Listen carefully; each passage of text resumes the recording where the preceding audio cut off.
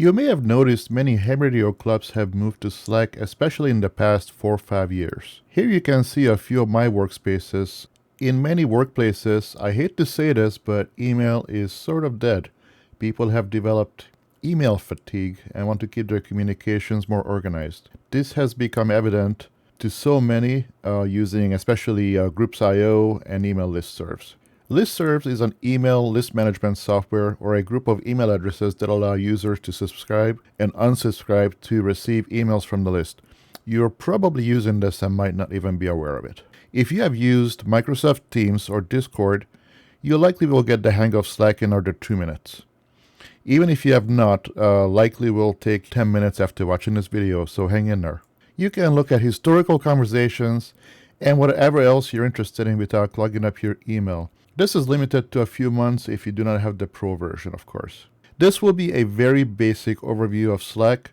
Some things mentioned here you may or may not care about, but I do recommend at least watching this in whole and perhaps bookmark and watch one more time in case you have any questions. You can also reach out to me in the comment section or email me for further clarification, but it's good to know what's available. I will not get too advanced here, as this is not really for the work environment. This tutorial will be specifically for ham radio clubs. Think of Slack as an email meets file management and live chat, or lack of a better description, with something a little more powerful as far as features are concerned. The core is pretty much chat, though. Many use email as chat, which is far from the most efficient way of doing this, and frankly, is changing fast and for the better using newer platforms. Slack is one of these, and it is probably the most popular, following or maybe tying Discord, I'm not sure, which is free, but it does lack some of the features and control. As of the making of this video, nonprofits can apply for a free Pro version, and up to 200 or so users are free. If you are a nonprofit, it has to be a registered nonprofit. After that, you get a 85% discount per user, which is basically nothing. That's only if you exceed 200 or more. Most clubs do not have this many members and certainly not that many Slack users. But if you do want to take advantage of this, as I said, you have to be a registered nonprofit. Slack is also instant, meaning, for example, if there is a DX spot, as in this example here, where I'm logged into the Northern California DX Club Slack channel, or Slack workspace rather, which has a DX spot channel, you will get a notification immediately. This will basically notify you way before you even have a chance to wait for the email to be routed through all the servers, meaning you might miss something. This could mean beating a pile-up or missing a short opening. For example, 6 meters and 160 meters come to mind, where openings can be very short, and by the time you get the email, you might have missed out completely. Now, email and Slack and other methods of communication can coexist. It's got millions and millions of users, both desktop and mobile. I'll go over in a second on how to get started, install it, and all the basic overview. Much of what goes on in day-to-day emails, business and personal or hobby like amateur radio, can be done better via Slack once you learn it. So let's look at how to download and install both the mobile version and the desktop version. Slack is available for multiple platforms. You can use Windows, Mac, Linux, Android, and iOS, basically iPhone and iPad. So pretty much everything you own can use it. I use it personally on my phone and desktops on my laptop and my desktop computer, the actual app. Once you get the invitation email, you can follow the instructions there, as I'd mentioned, or if you are reinstalling this, you can go to the left side here, which is indicating all the different workspaces, add workspace, and you can say sign in from another workspace. You can create a new workspace, which is not what you want, or find workspaces. Sign in to another workspace is what you want, this will take you to a page. And let me show you how to do that. Before you do anything else, you will need to download the instance of Slack. As I mentioned, it's available for Windows, as you can picture it here.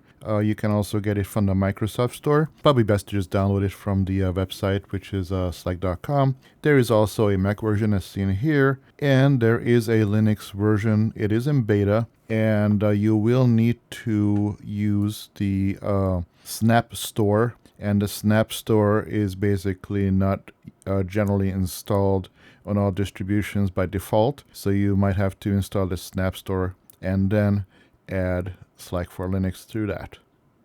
As a side note, if you are the one creating the new Henradio Slack workspace, you will need to click the appropriate selection here.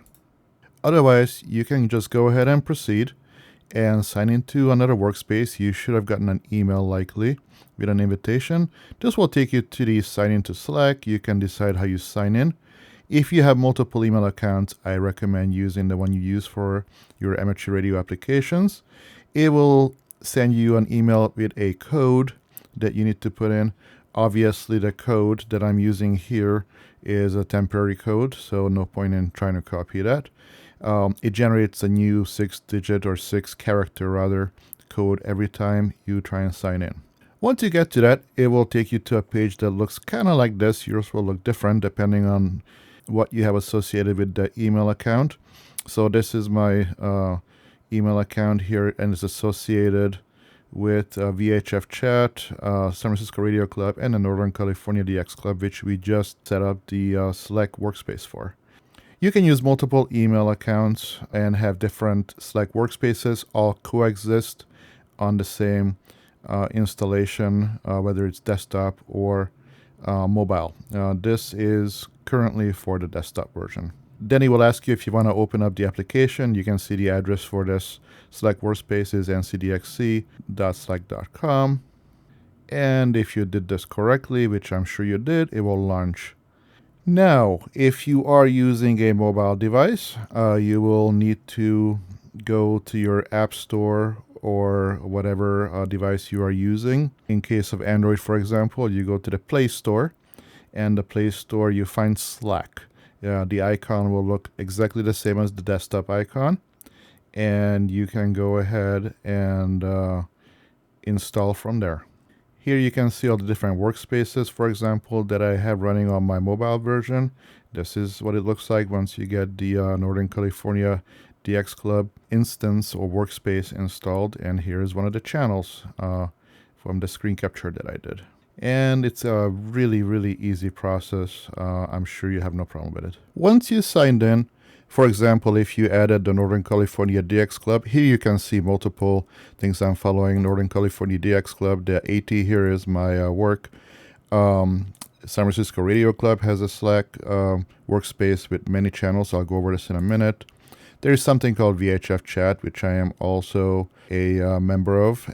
A couple of others that I'm not going to cover right now. We're going to be focusing mainly in these top three. So once you're here, you can click on the icon here, and you can go to Preferences.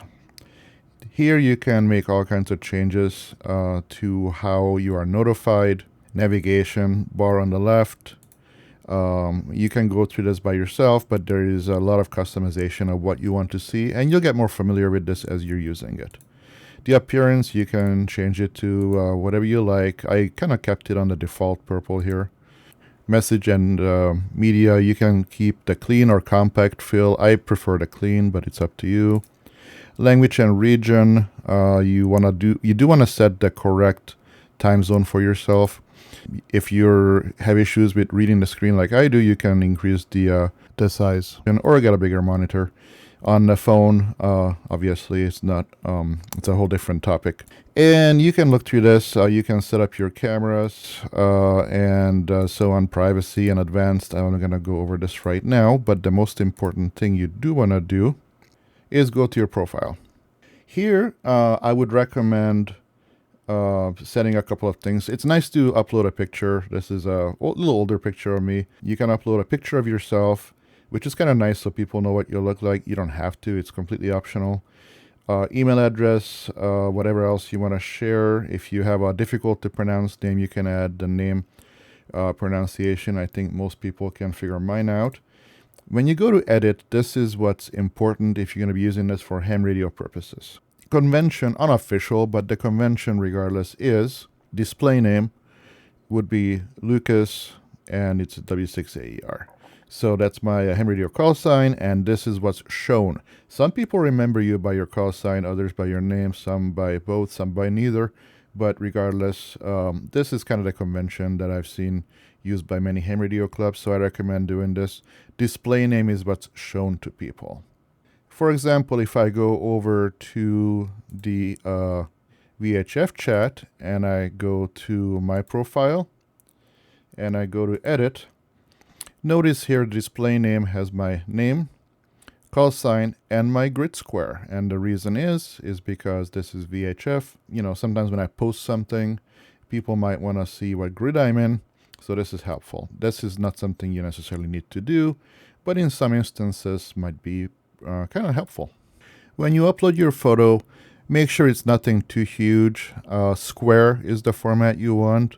And you want to frame your face if you're going to use an actual photo. If you don't, not a big deal. Okay, now that you added yourself, you got your profile set up, let me show you how to navigate. On the left side is what are called workspaces. So here I have NCDXC, Northern California DX Club, San Francisco Radio Club, which has quite a bit. VHF Chat is one. And a couple of different communities that I belong to. This is actually a ham radio club in Texas that I monitor. Let's use this San Francisco Radio Club as an example because they're more established. Here you see channels. And channels are within a workspace. And this is a very active group. If you go, I'll show you in a minute. But basically, they have over 1,000 people who are subscribed to this. And there's various topics. There's things on DMR, antennas. As you can tell, I'm a little behind. And these with the pound symbol are different channels that they have created. And these are just the ones that I'm interested in. Now, to add channels, you just go to the bottom here, add channels, and then browse channels. Browse channels will take me here. The ones I have already joined will have a little green check mark. Joined tells you the number of members. The ones that I haven't checked are either I'm not interested in or haven't found yet. You can spend days here. There's a lot of information, a lot of channels. I'm not going to really go over this right now, but let's hit home. And if I go to the general, for example, the general is basically the same as NCDXC's general chat. And here they have a mere 1,020 members currently. And that's a pretty impressive number, people who are following this. You know, there's the San Bruno Radio Club, for example, has its own Slack channel where they can communicate and so on. On the NCDXC workspace, for example, we have a general chat. I created a for sale and wanted area. There is a board members only. And when you see a channel logo here, a channel pound symbol rather, that means it's an open channel that anybody can go into. And something with a lock means it's invitation only. And these are not even visible to people who have not been invited. So it's not something that has basically has security, nothing to worry about. These are really for members only, for example, IDXC committee members, NCDXC board only, so that the board can meet privately or chat privately. That's basically the purpose of those. So to recap, left side is workspaces. This is how you select between different areas. And here is where you can look at messages. And here, let me jump to latest messages on each channel. So here's 10 meter spots, for example. All you need to remember is basically this is where you select channels.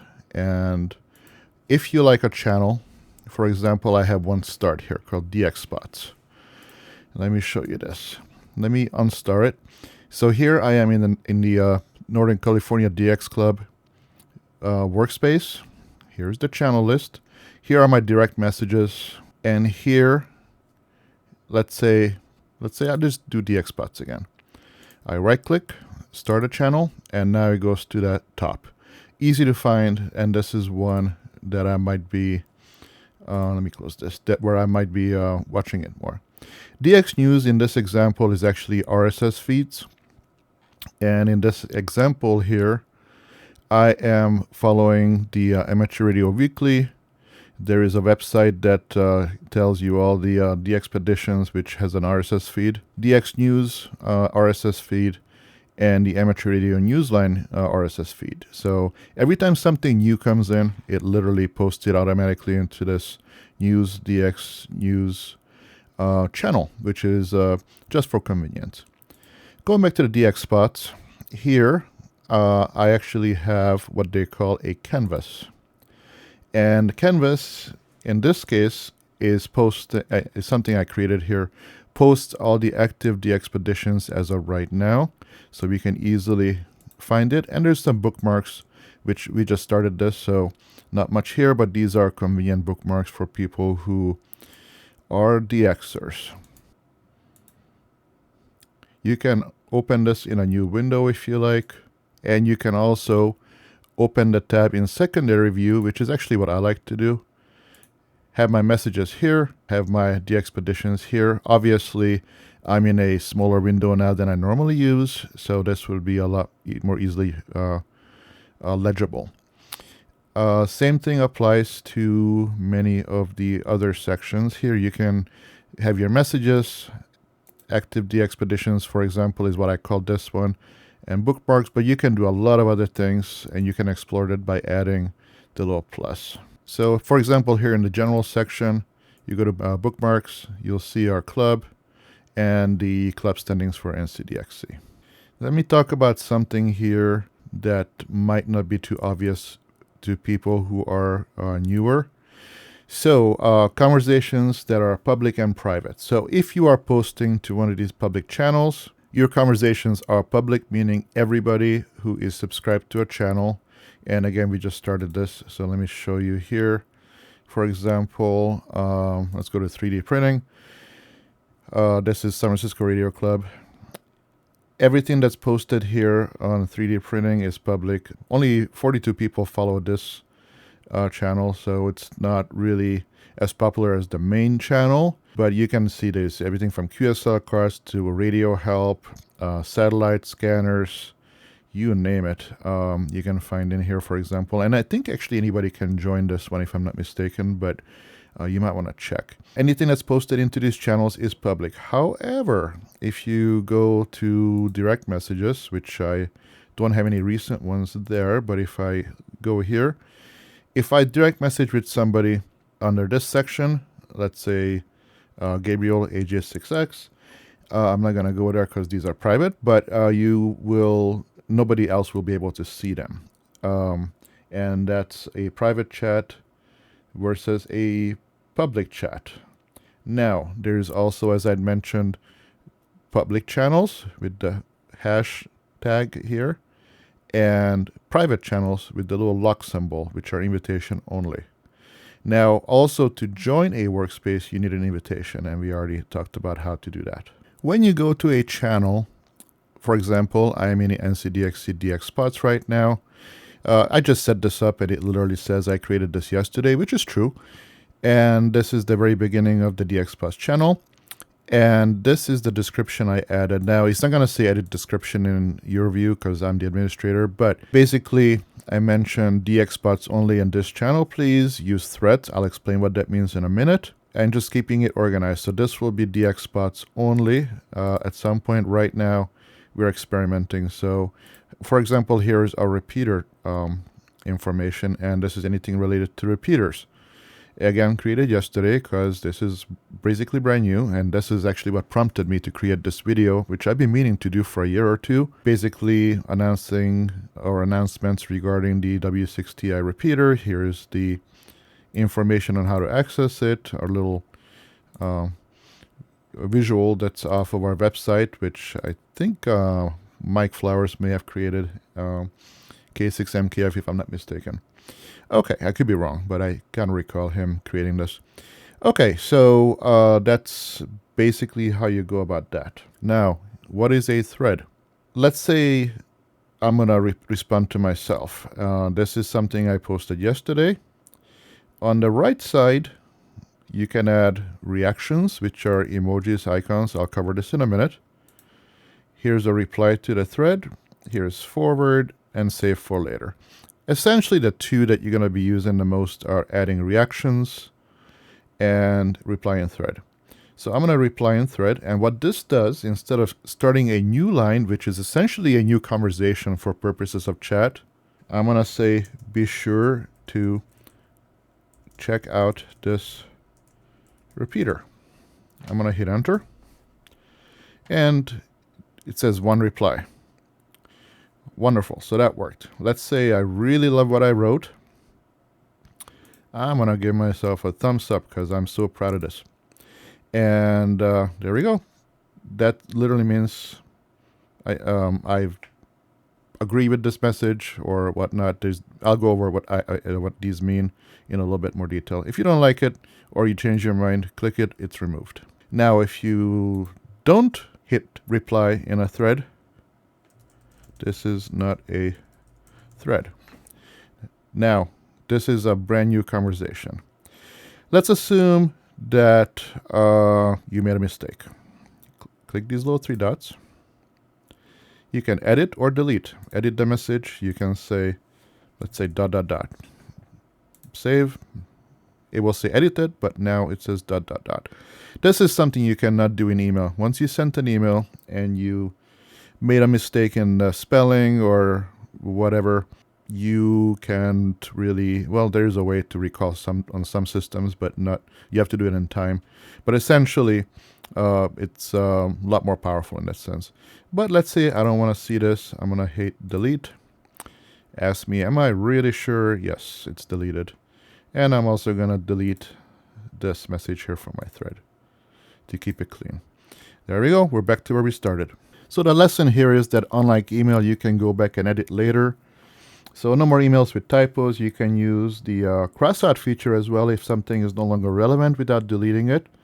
And that can be done in a formatting, which is basically when you start typing right here, you got bold, italic, strike through or cross out. I always call it cross out, but strike through, I guess, is the official name. You can create links to websites, bullet point ordered lists, and so on and so on. There's a lot you can do. You can also insert emojis here, which again, I'll go back to in a minute. Record a video clip, audio clip for radio clip, for example. An audio recording could be added of a QSO or whatnot. Screen captures could be easily added. Just go here. So if you screen captured something for somebody, let's say their FT8 contact and their 7.3, you can drop it right in here as evidence or exhibit number 1, if you will, that they are in the log. So if you make mistakes, again, very easy to correct. If you have issues with spelling and or if you have fat fingers like me on the keyboard and hit additional keys or the wrong keys occasionally, this is a perfect way of doing it. You can send two ways. You type something, you can hit the enter key and send, or you can hit this send now. Send button here, that will work. You can also schedule it if you want to send it at a special time, like later on as a reminder to somebody or whatnot. A little pro tip, if you do want to use the enter key while typing something, there's a shortcut for that, and I'll go over that in a minute. If you're in a channel and you're trying to get somebody's attention, start with the @ symbol. @ symbol will bring up the person. So here, let's say I want to say something to VJ. This is a public channel, so everybody will see what we're talking about.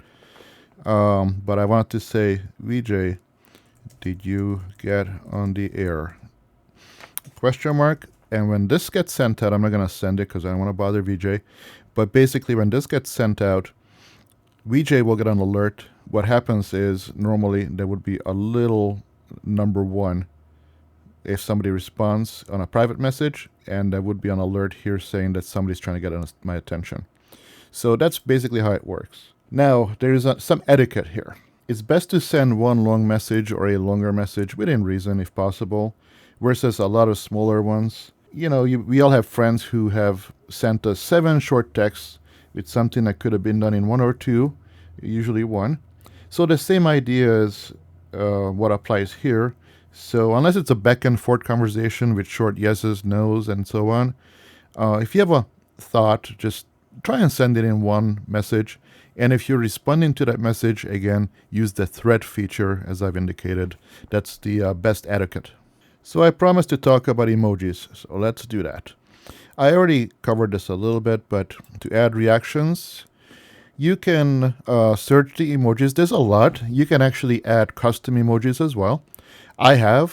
For example, I added the I love DX emoji, thumbs up, heart is in love, is a common emoji. And there is the NCDXC, which I added. And all you have to do is just to add the emoji, add the NCDXC icon. Again, to remove it, click. But here's some things that you may not know. The common emojis that you should know are the thumbs up, which basically just means you agree with something or a yes. There's something called praying, which is actually not used for religious reasons. It can be, but in case of ham radio clubs, it's usually a thank you. Like, for example, thank you for the help, thank you for the information, thank you for the DX spot, especially is a good one. Another one that's very common is the eyes, and this just means that you've seen something. So if I, for example, if I add this, a reaction to the eyes, that means, yep, I've seen it. Thank you for posting this. And this is a perfect example of how to use that. Some people like to use the check mark. And there's versions of this. I prefer the thumbs up. It's basically the same thing. The clap icon is this one.